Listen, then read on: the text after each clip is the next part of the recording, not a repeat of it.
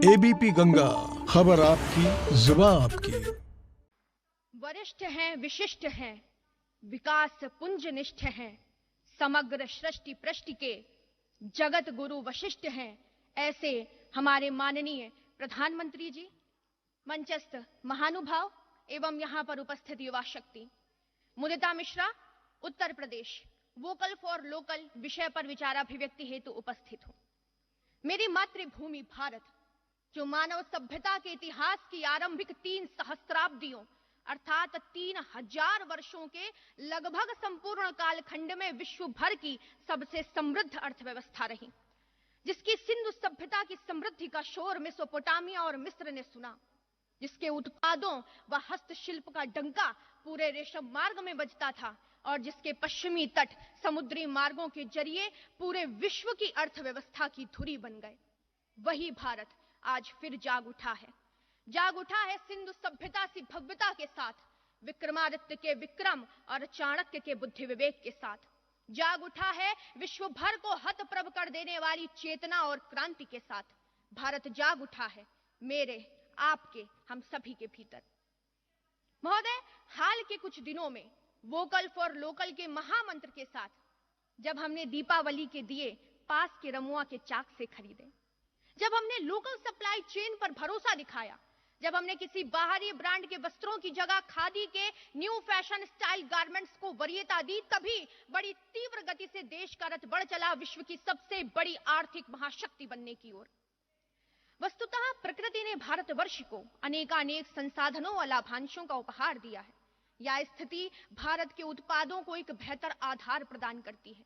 ऐसे में जब वोकल फॉर लोकल की चेतना के साथ हम 125 करोड़ लोग भारतीय उत्पादों के साथ खड़े हो गए हैं, तो अब एक सकारात्मक चक्र उत्पन्न होगा, जो विनिर्माण, हार्डवेयर एवं सॉफ्टवेयर सेक्टर तथा सर्विस सेक्टर उत्पादकों को technological innovations, research and development तथा स्टेट ऑफ द आर्ट से जोड़ेगा और इस तरह भारत के उत्पाद गुणवत्ता की दृष्टि से उत्तरोत्तर प्रगति करते चले जाएंगे और विश्व में स्थापित होंगे नए कीर्तिमान। वह दिन दूर नहीं जब हमारे लोकल उत्पाद ग्लोबल होंगे। मित्रों, यह तो सर्वविदित है कि एक कुशल नेतृत्व तथा सभी देशवासियों की चेतना ने वैश्विक परिदृश्य पर योग को आज एक अद्भुत स्थान पर स्थापित कर दिया है। आयुर्वेद व पारंपरिक चिकित्सा के क्षेत्र में भी पूरा विश्व भारत की ओर देख रहा है। भारत में पारंपरिक स्वास्थ्य विज्ञान हेतु पर्यटन की अपार संभावनाएं सृजित हो चुकी हैं। ये परिणाम हमें प्रेरित करते हैं। तो क्यों ना हर भारतीय हमारे लोकल उत्पादों का ब्रांड एम्बेसडर बन जाए। चलिए हम मिलकर ब्रांडिंग करते हैं पश्चिम बंगाल के हिमसागर आम और वाराणसी की गुलाबी मीनाकारी की।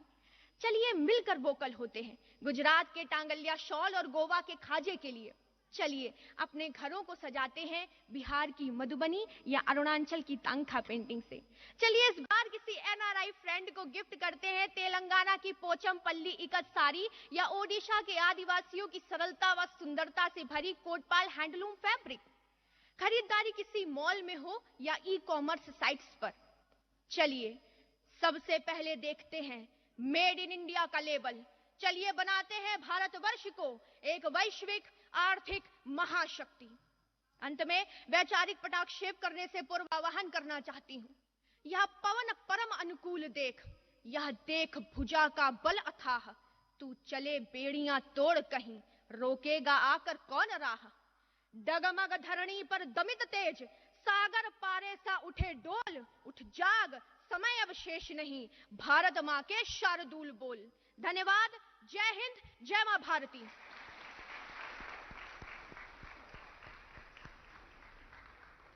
ये है भारत का युवा जिसके विचार अभी हम सुन रहे थे। माननीय प्रधानमंत्री जी की युवाओं को राष्ट्र निर्माण से जोड़ने की इच्छा का ही प्रतिफलन है राष्ट्रीय युवा संसद महोत्सव। हम माननीय प्रधानमंत्री जी से निवेदन करेंगे, कृपया अपने आशीर्वचनों से हमें अनुग्रहित करने की कृपा करें।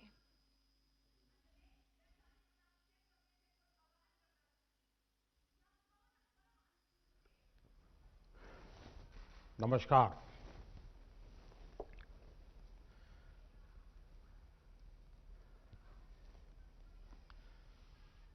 मैं सबसे पहले तो इन तीनों युवकों को हृदय से बहुत अभिनंदन करता हूं कि उन्होंने बहुत ही उत्तम तरीके से, जिसमें विचार भी थे, वक्तृत्व कला भी थी, धारा प्रवाह, विचार प्रवाह बहुत ही सटीक तरीके से प्रस्तुति थी। आत्मविश्वास से भरा उनका व्यक्तित्व था।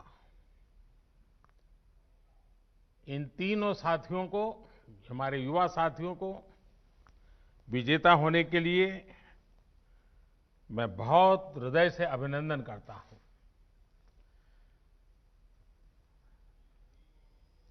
लोकसभा के स्पीकर श्री ओम बिरला जी,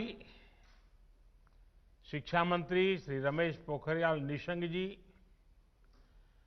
खेल और युवा मामलों के मंत्री श्री किरण रिजिजू जी और देश भर के मेरे युवा साथी, आप सभी को राष्ट्रीय युवा दिवस की बहुत बहुत शुभकामनाएं। स्वामी विवेकानंद की जन्म जयंती का ये दिन हम सभी को नई प्रेरणा देता है।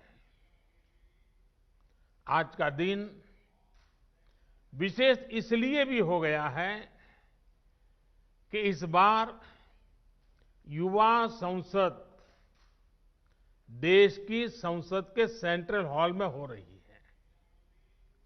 ये सेंट्रल हॉल हमारे संविधान के निर्माण का गवाह है। देश के अनेक महान व्यक्तियों ने यहां आजाद भारत के लिए फैसले लिए, भारत के भविष्य के लिए चिंतन किया। भविष्य के भारत को लेकर उनका सपना, उनका समर्पण, उनका साहस, उनका सामर्थ्य, उनके प्रयास, इसका एहसास आज भी सेंट्रल हॉल में होता है। और साथियों, आप जहां बैठे हैं उसी सीट पर जब संविधान की निर्माण प्रक्रिया चली थी, इस देश के किसी न किसी गणमान्य महापुरुष वहां बैठे होंगे। आप आज उस सीट पर बैठे हैं।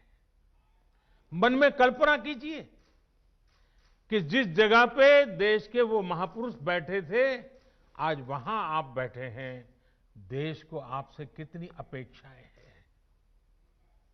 मुझे विश्वास है ये अनुभव इस समय सेंट्रल हॉल में बैठे सभी युवा साथियों को भी हो रहा होगा। आप सभी ने जो यहां संवाद किया, मंथन किया, वो भी बहुत महत्वपूर्ण है। इस दौरान स्पर्धा में जो विजेता हुए हैं उनको मैं बधाई देता हूं, अपनी शुभकामनाएं देता हूं।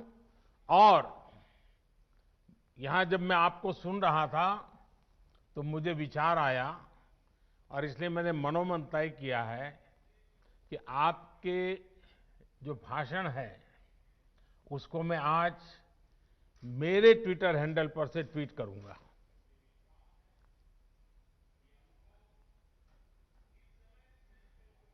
और आप तीन का ही करूंगा ऐसा नहीं, अगर रिकॉर्डेड मटेरियल अवेलेबल होगा तो मैं जो कल फाइनल पैनल में थे उनके लिए भी उनके भाषण को ट्वीट करूंगा, ताकि देश को पता चले कि संसद के परिषद में, इस परिसर में हमारा भावी भारत कैसे आकार ले रहा है।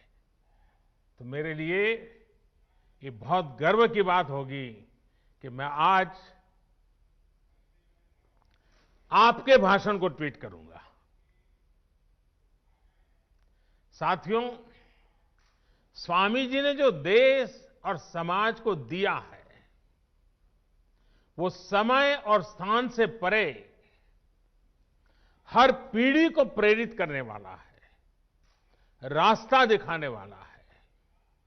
आप देखते होंगे कि भारत का शायद ही ऐसा कोई गांव हो, कोई शहर हो, कोई व्यक्ति हो जो स्वामी जी से खुद को जुड़ा महसूस न करता हो, उससे प्रेरित न होता हो। स्वामी जी की प्रेरणा ने आजादी की लड़ाई को भी नई ऊर्जा दी थी। गुलामी के लंबे कालखंड ने भारत को हजारों वर्षों की अपनी ताकत और ताकत के एहसास से दूर कर दिया था।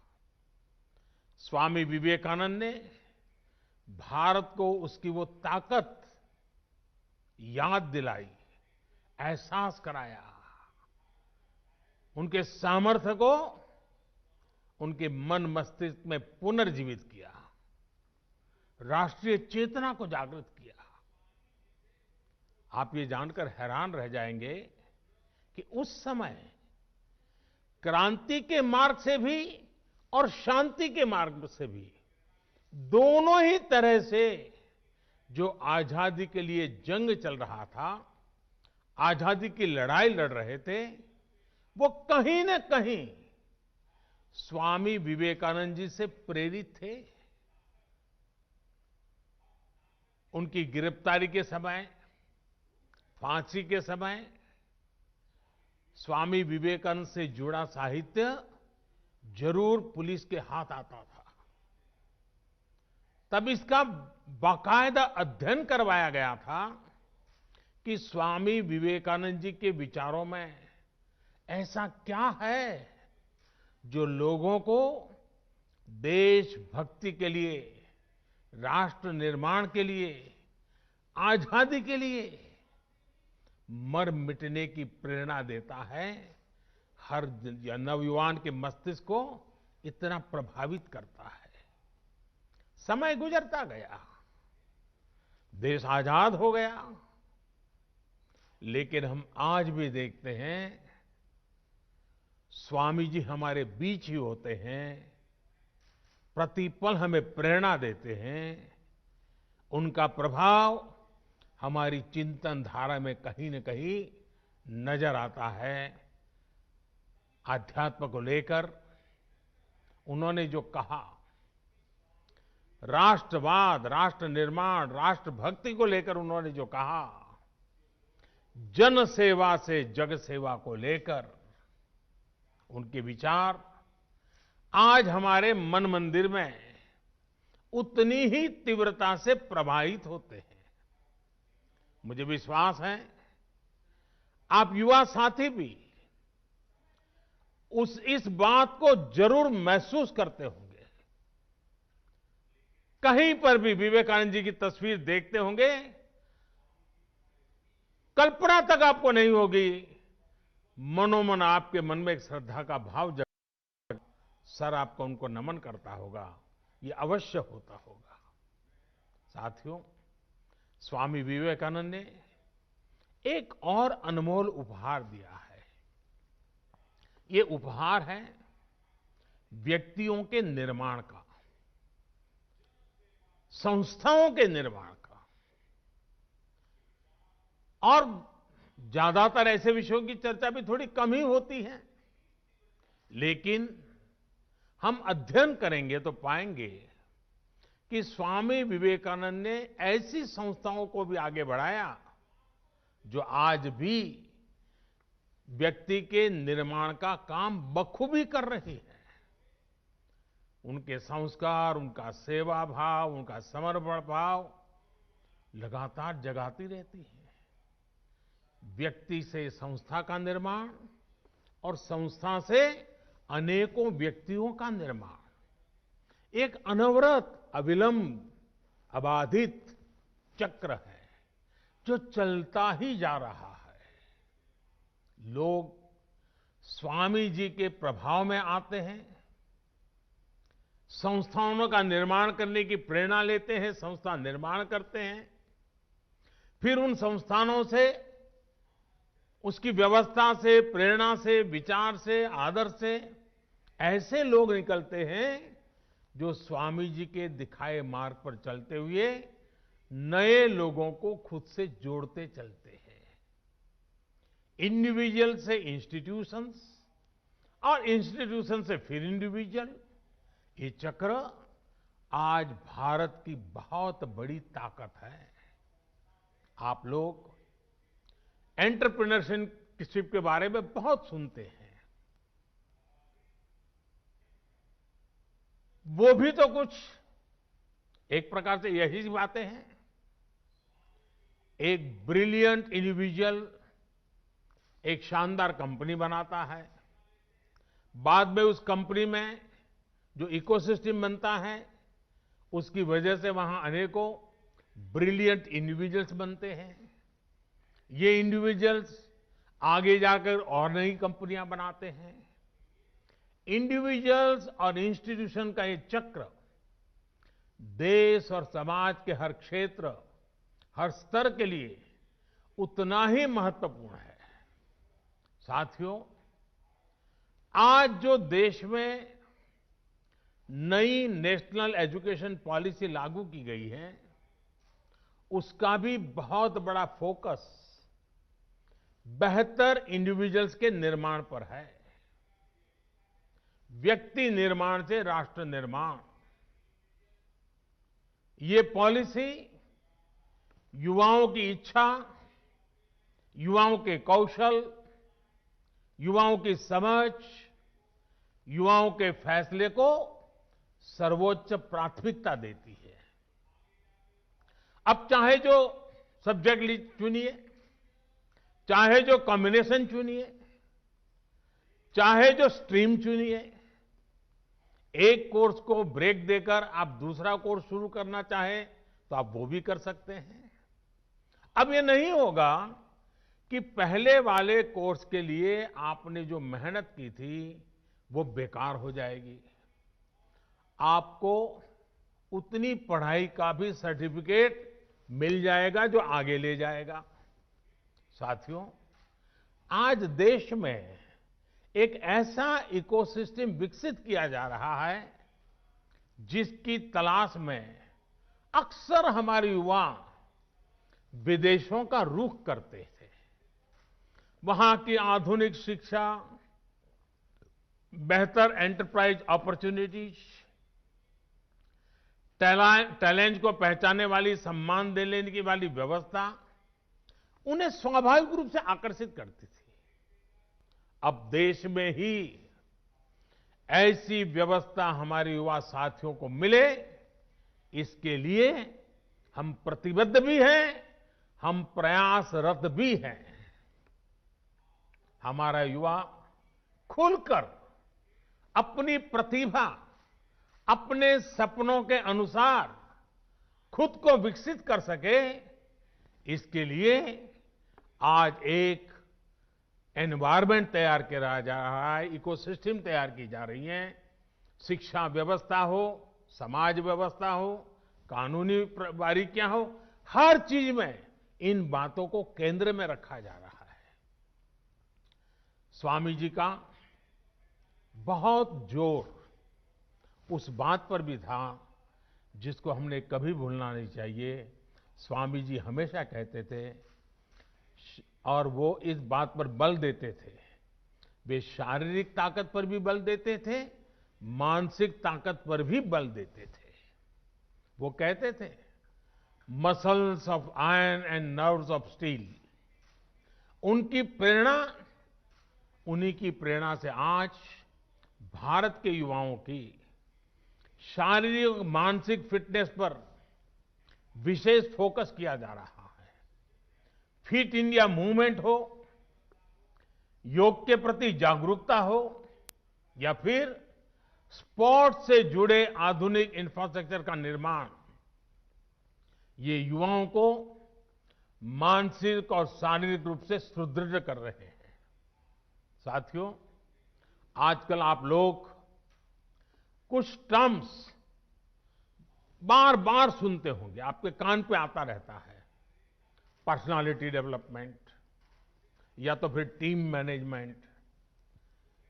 इनकी बारीकियों को भी आप स्वामी विवेकानंद का अध्ययन करने के बाद और आसानी से समझ पाएंगे। पर्सनालिटी डेवलपमेंट का उनका मंत्र था, बिलीव इन योरसेल्फ। अपने आप पर भरोसा करो, अपने आप पर विश्वास करो। लीडरशिप का उनका मंत्र था, बिलीव इन ऑल। वे कहते थे, पुराने धर्मों के मुताबिक नास्तिक वो है जो ईश्वर में भरोसा नहीं करता, लेकिन नया धर्म कहता है नास्तिक वो है जो खुद में भरोसा नहीं करता। और जब नेतृत्व की बात आती थी तो वो खुद से भी पहले अपनी टीम पर भरोसा जताते थे। मैंने कहीं पढ़ा था, वो किस्सा मैं आपको भी सुनाना चाहता हूं। एक बार स्वामी जी अपने साथी स्वामी शारदानंद जी के साथ लंदन में एक पब्लिक लेक्चर के लिए गए थे। सब तैयारी हो चुकी थी, सुनने वाले इकट्ठे हो गए थे और स्वाभाविक है हर कोई स्वामी विवेकानंद जी को सुनने के लिए आकर्षित होकर के आया था। लेकिन जैसे ही बोलने का नंबर आया तो स्वामी जी ने कहा कि आज भाषण मैं नहीं बल्कि मेरे सहयोगी शारदानंद जी देंगे। शारदानंद जी ने भी सोचा नहीं था कि अचानक उनके जिम्मे काम आ जाएगा। वो इसके लिए तैयार भी नहीं थे।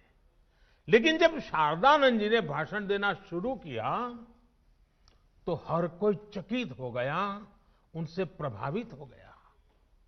और ये होती है लीडरशिप और अपनी टीम के लोगों पर भरोसा करने की ताकत।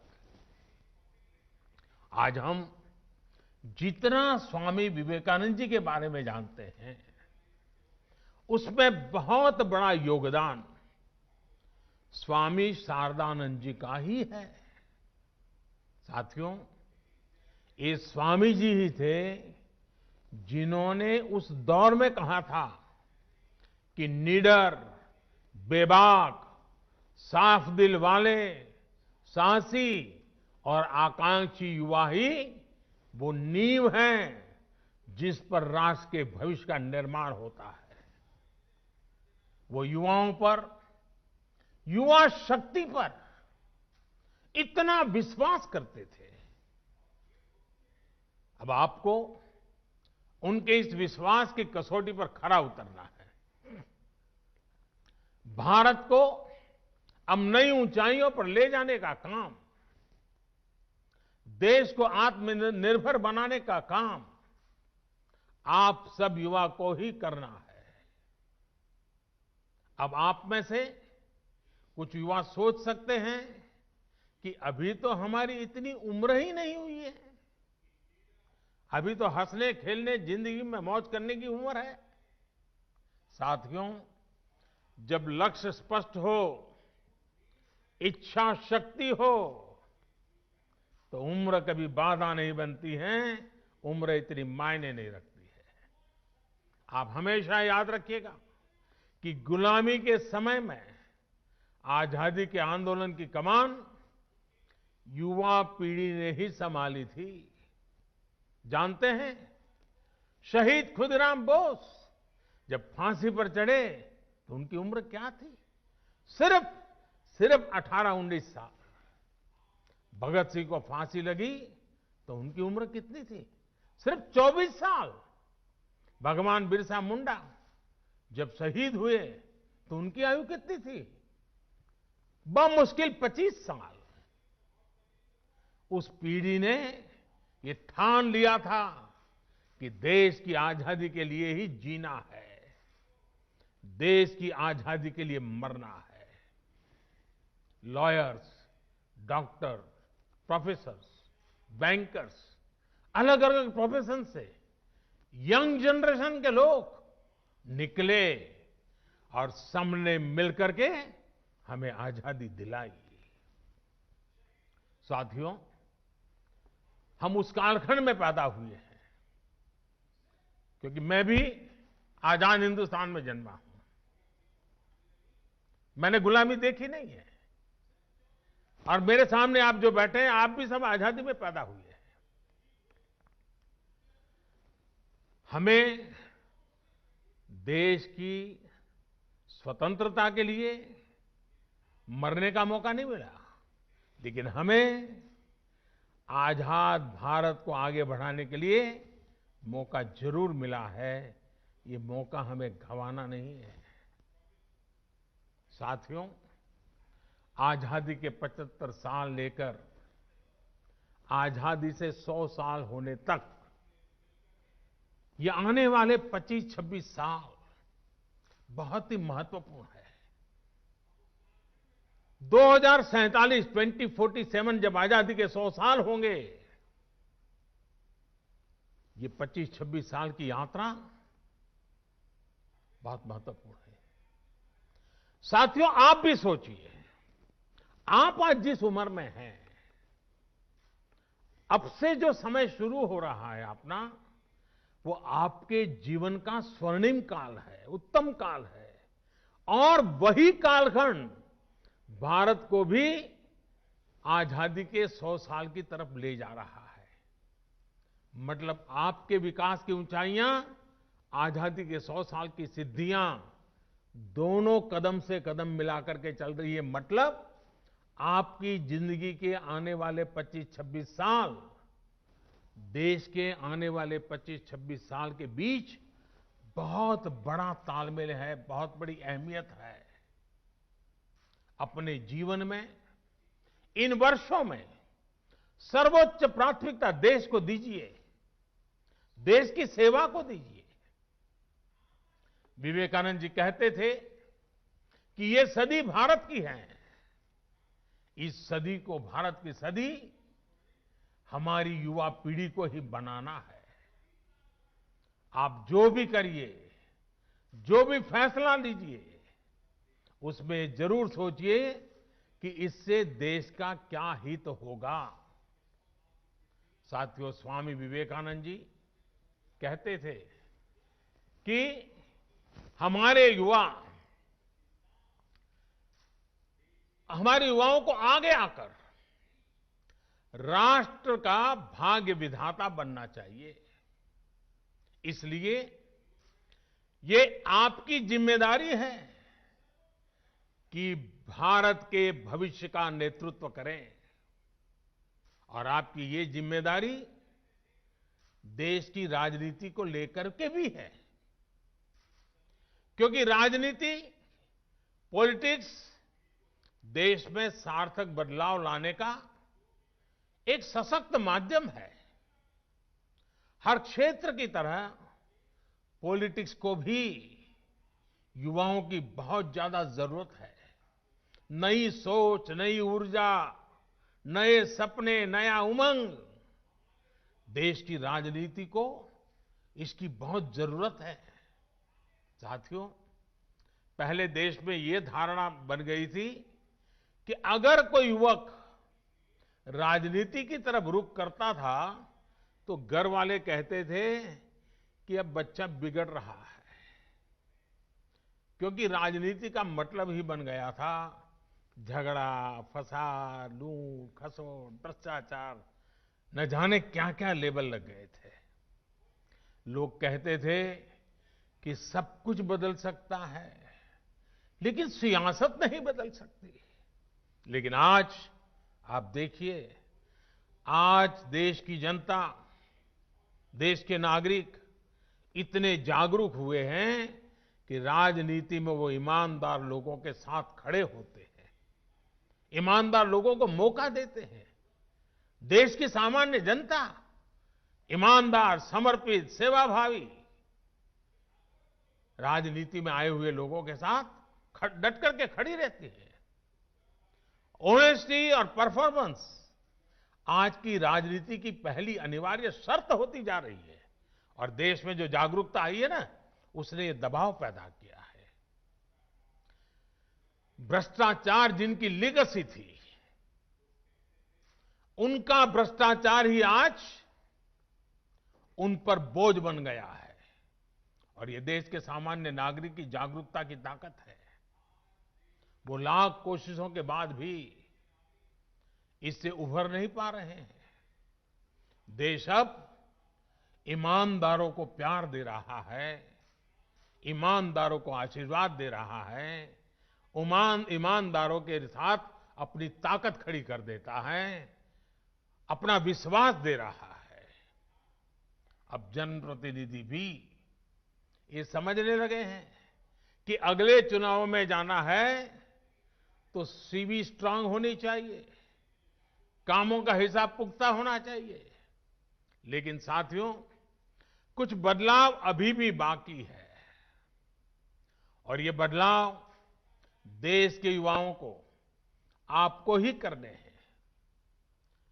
लोकतंत्र का एक सबसे बड़ा दुश्मन पनप रहा है और वो है राजनीतिक वंशवाद। राजनीतिक वंशवाद देश के सामने ऐसी ही चुनौती है जिसे जड़ से उखाड़ना है। ये बात सही है कि अब केवल सरनेम के सहारे चुनाव जीतने वालों के दिन लदने लगे हैं, लेकिन राजनीति में वंशवाद का ये रोग अभी पूरी तरह समाप्त नहीं हुआ है।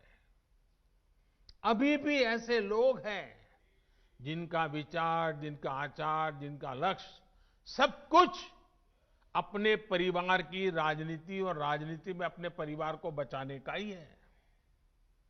साथियों, ये राजनीतिक वंशवाद लोकतंत्र में एक नए रूप के तानाशाही के साथ ही देश पर अक्षमता का बोझ भी बढ़ा देता है।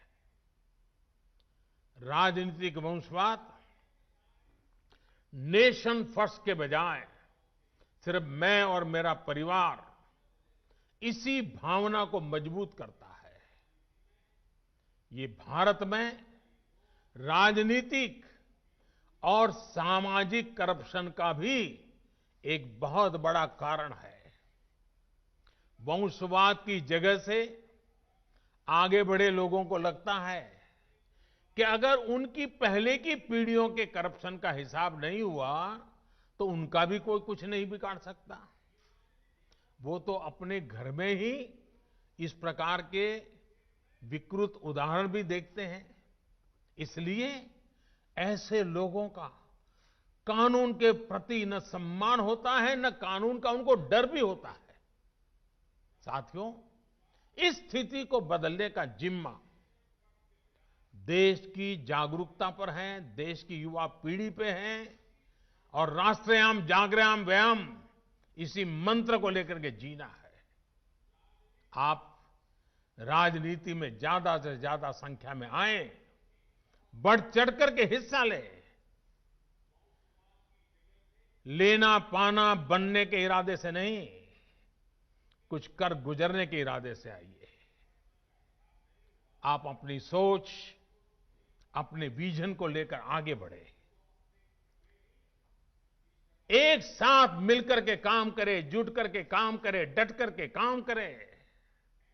याद रखिएगा, जब तक देश का सामान्य युवा राजनीति में नहीं आएगा, वंशवाद का ये जहर इसी तरह हमारे लोकतंत्र को कमजोर करता रहेगा।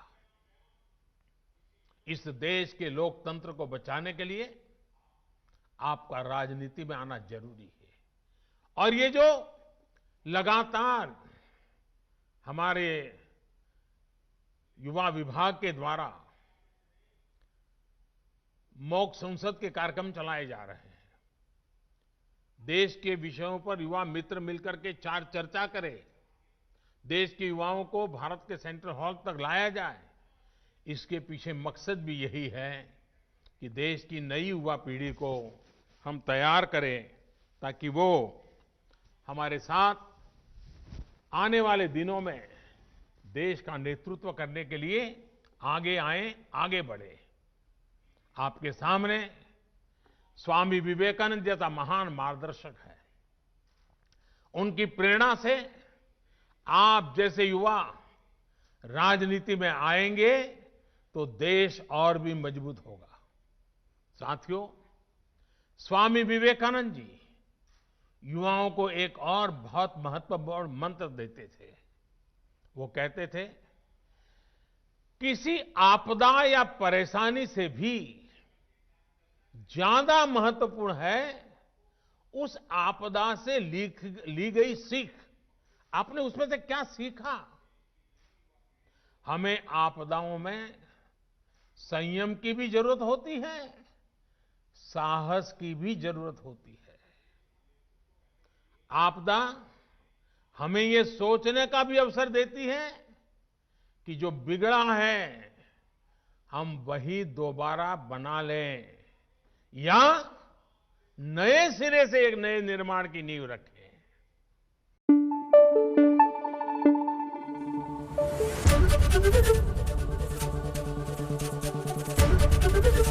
एबीपी गंगा, खबर आपकी, जुबान आपकी।